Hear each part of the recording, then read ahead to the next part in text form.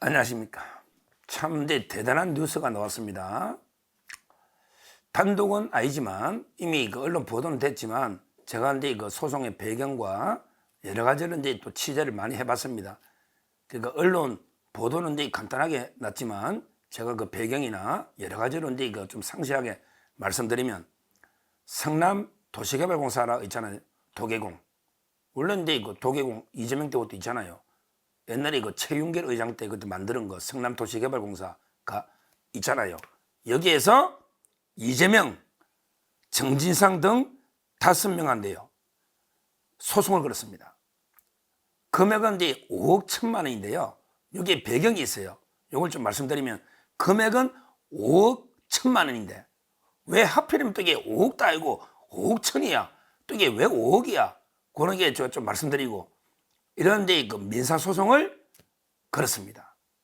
원고는 성남도시개발공사, 피고는 그 5명인데 5명이 누구다? 이재명, 그 다음에 정진상, 그 다음에 유동규 씨는 저하고 친하니까 좀 안타깝긴 하지만 유동규, 그 다음에 그 정영학 회계사 있잖아요. 그 다음에 그때 변호사 중에 일했던 정민용 있죠? 정민용. 이렇게 5명을 상대로 5억 1천만 원을 걸었다. 그러면 그 소송을 왜 5억 1천이냐? 원래는요, 요게 4,895억을 걸 겁니다. 그건 제가 취재한 거예요. 4,895억을 소송하는데 지금 당장 이게 4,800억 하려면 인지값만 해도 이게 엄청나게 많이 들잖아요. 그러니까 그 형사재판을 보고 요게 배임이 되면 되거든요. 배임 금액이 4,895억이에요. 그러니까 제가 소장에 확인했어요. 일부 청구입니다. 그러니까 인지값이 당장 많이 들고 어차피 형사재판이 끝나야 금액을 확장하겠다. 이렇게 제가 확인했습니다. 그러니까 소송 금액은 4,895억이야. 근데 형사재판이 끝나보고 나중에 확장해서 일단 인지값도 좀 전략할 겸 지금은 이거 5억 1천으로 일부 청구라고 되어 있습니다. 나중에 확장하겠다는 거예요. 그러면 이게 왜 또 5억이냐? 그래야 이게 합의부로 보내려고. 액수가 작으면 판사 한 명이 하잖아요.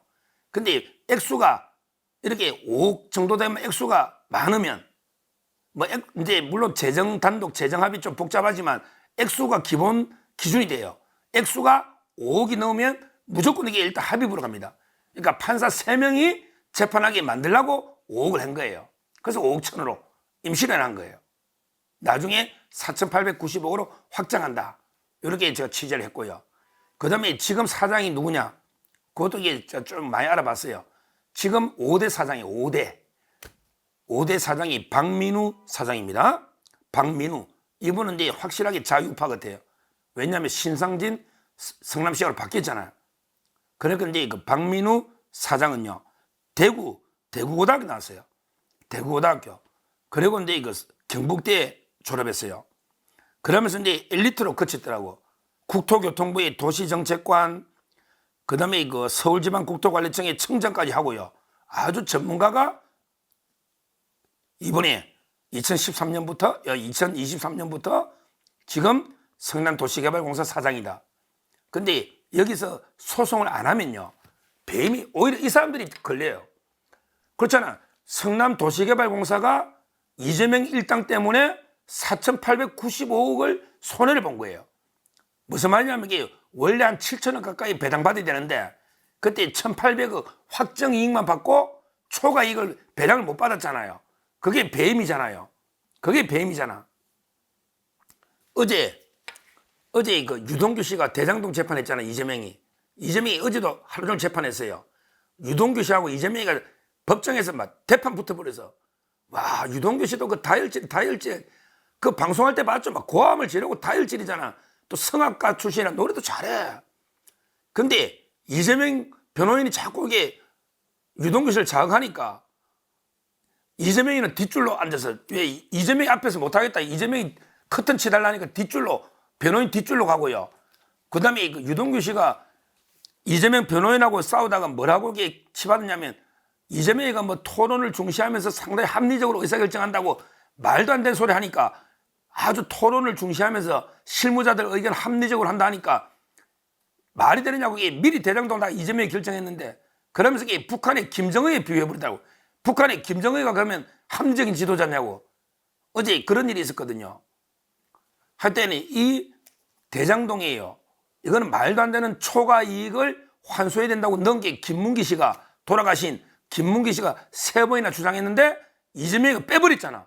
이거 뺄 이유가 하나도 없잖아. 왜? 초과 이익이 안 생기면 그만이고 생기면 환수해야죠. 다른 지역의 개발 사업은 초과 이익 환수가 다 있거든요. 그러면 이재명이가 왜 초과 이익을 김만배한테 줬을까요? 그게 뭐냐? 그게 천화동인 1호 482억을 받으니까 초과 이익 주야 482억 받을 거 아니에요. 그 다음에 김만배가 로비한다고 1심에 180억을 썼다고 하잖아. 김만배가. 또 권순일한테 50억 클럽들 준금해도 얼마냐고. 그러니까 이제 이재명 입장에서는 본인도 천화동 1호 482억을 받고 그 다음에 변호사비 180억부터 권순일 받고, 그러니까 이게 나머지 김만배도 기본 테이크니까 내 것도 이게 초과이익 다 물어. 이래야 손해 끼친 게 4,895억이에요. 근데 성남도시개발공사가 이걸 재판 안 하고 그냥 넘어가면 이게 오히려 지금 사장이 배임이 되는 거예요. 그러니까 박민우 사장이 재판을 걸은 거예요. 왜? 소멸시효가 있거든. 처음에는 이게 재판 끝나면 걸라고 했대. 근데 재판이 막 몇 년 끌어버리잖아. 대장동 재판이. 그러니까 이제 그러면 이게 민사는 또 안 날로부터 3년 이내에 재판이 돼요. 손해 발생을 안 날로부터 3년 이내. 그 다음에 손해가 있은 날로부터 10년 이내. 요거는 중요한 법상식이니까 공부하시면 되겠어요. 민사소송이 손해배상은 손해가 발생한 날로부터 10년 이내, 그 다음에 손해 발생을 안 날로부터 3년 이내, 둘 중에 OR, 둘 중에 하나가 지나면 안 되는 거예요. 그러니까 이게 그 기간을 잘 지켜야 됩니다. 항상 OR입니다. OR. 그러니까 안 날로부터 3년 이내 무조건 해야 돼요. 10년 아니라도. 또 이게 안 날로부터 빨리 하더라도 10년 지나버리면 못해요. 그 기간이 중요하니까. 그러니까 이제 이번에 빨리 소멸시효가 중단을 시키려고 소장을 내면 소멸시효가 중단이 되는 겁니다. 중단이 되는 겁니다. 그러니까 소장을 이번에 5억 1천만 원 냈다. 이걸 제가 상세하게 법리적으로 설명을 드리고요. 그럼 이게 또 궁금한 게, 아마 시청자님들 궁금한 게 왜 5명 했잖아요. 이재명, 정진상, 유동규, 정영학, 그 다음에 정민용, 왜 5명만 하냐? 김만배하고는 어디 갔냐? 남욱이. 또 그거 궁금하실 거 아니에요. 그거는 이게 또 취재를 해봤더니 이미 했어요. 이미 옛날에 김만배하고 남욱에 대해서는 이미 소장을 2022년에 제기했습니다. 그러니까 옛날에 2022년에 김만배하고 남욱이는 4,895억을 성남도계공이 소송을 이미 했고 남아있는 5명을 이번에 추가로 했다. 이렇게 제가 확인을 했습니다. 자, 여기서 제가 제안하는 오게티가 있어요. 성남도계공 이 방송 보시면 제가 이게 지적하는 오게티는 뭐냐? 일단 이게 이재명 재산을 가압류를 했는가 이걸 제가 확인이 안 돼요. 이재명 재산을 가압류를 해야 돼요. 가압류. 그래야 이게 집행이 됩니다. 이재명 재산을 이게 그냥 소송만 내가지고는 안 돼요. 저는 가압류를 해가지고 이게 재산을 묶어버리대. 보통 손해배상할 때 웬만하면 이게 가압류는 다 받아주거든요. 그래야 이게 이재명 재산이 동결돼 버리대. 그러면 이게 변호사비 지출이 공시적으로는 불가능하잖아요. 즉 변호사가 이게 한두 명이 필요한 게 아니라 이 사건도 변호사 써야 되잖아. 이재명이가 이 사건도 4,895. 그러니까 제 말은 이게 미리 이재명 재산을 동결시켜서 가압류를 해라. 이게 확인이 안 돼요. 뭐 했다면 제가 모를 수 있는데 제가 취재해본 바로는 소장만 지금 이게 냈고 가압류는 아직 확인이 안 되고 있어요. 혹시라도 뭐 안 했다면 이게 저는 가압류를 신청해서 이재명의 또 재산 어디로 어떻게 빼돌지 모르잖아요. 이런데 가압류를 해야 되고요. 그다음에 나중에 재판 이기면 이재명이가 이제 알거지 될 텐데 평생. 이재명이가 옛날에 그런 말 했죠. 옛날에 경기도에서 할 때 왜 그때 300만 원 벌금 노가 권순일이 돈 받아가 살 때요. 그때 이재명이가 경기도의사 그때 날아갔으면요. 얼마 토해낸다? 그때 날아갔으면 30몇 억을 토해내야 된대. 그러니까 이재명이가 그게 되게 겁났는가 봐. 뭐 그때는 재수지가 별로 없었나? 하여튼 30몇 억 토해내려면 나 신용불량자 된다. 왜? 이재명의 재산이 20몇 억이 공식적으로 그렇다는 거지. 공식적으로는 이재명의 재산이 그때 20몇 억인데 그때 경기도의사 벌금 300이 날라가면요. 경기도의사 선거도 보존받잖아요.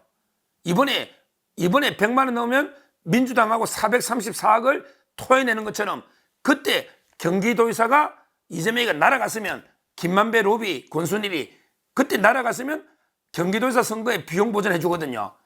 30몇 억. 그렇게 토해내는 게 제일 무서웠다. 이런 이재명의 고백이 있습니다. 공식적으로 신용불량자가 되는 거예요. 숨겨둔 돈 빼고 나가면 전 재산이.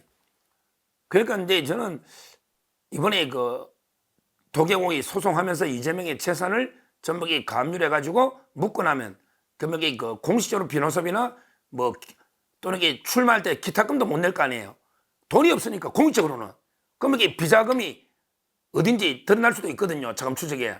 따라서 그 이재명 재산을 빨리 이게 묶어라. 감률해라. 이거를 이게 그 성남도시개발공사 촉구하고요. 그래서 우리가 배임죄가 무서운 죄입니다. 배임죄는 항상 이 구상권을 당하게 됩니다. 왜? 다른 배임도 마찬가지야. 예를 들어 이제 백현동에 200억 배임으로 지금 이게 이재명 재판하잖아요. 백현동에. 그러면 이게 그 백현동도 이재명이가 지면 200억 누가 피해봤어요? 그때도 성남도시개발공사가 빠지라, 니는 빠지라. 이래가지고 200억 김인섭이가 가져간 거잖아요. 77억에 한바 사용권까지. 그러니까 이제 이것도 재판해야 됩니다. 아마 이것도 제가 도계공에 촉구합니다. 확인이 안 되기 때문에 백현동 200억도 성남도시개발공사가 재판해야 된다. 그때도 압류해라. 압류해라. 이걸 제가 말씀드리고요. 그 다음에 그 백현동 주민들께도 말씀드립니다. 백현동 주민들 지금 여기 그 공동 커뮤니티 시설 못 써가지고 피해가 막심하잖아요. 이게 전부 불법 옹벽 때문에 붕괴 위험도 있고 피해가 막심하잖아요. 요것도 이게 이재명이 하고 이게 성남시 다 책임이 있는 거니까 요것도 이게 그 이재명 재산을 압류해서 빨리 재판을 하시라. 이렇게 그 촉구하고요. 할 때 이재명이는 뭐 공식적으로는 이게 뭐 알거지로 만들어야 된다. 공식적으로는 뭐 숨기는 돈이 있는지는 모르겠지만 이렇게 보고 할 때 중요한 거는 그저께 한 2, 3일 됐습니다. 성남도시개발공사가 실질적으로는 4,895억, 형식적으로는 이게 일부 청구로 이런 걸 이게 명시적 일부 청구를 합니다. 명시적으로 일부 청구라고 표시하면 기판력이 확정이 되기 때문에 명시적 일부 청구. 그래서 이제 그 5억 1천만 원 들어갔다. 이걸 제가 알려드리고 5명 상대로. 다만 이제 그 가압류를 빨리 해라. 그 다음에 백현동 200억도 재판해야 된다. 그 다음에 백현동 주민들도 재판하시라. 이렇게 제가 제안 말씀을 드립니다. 감사합니다.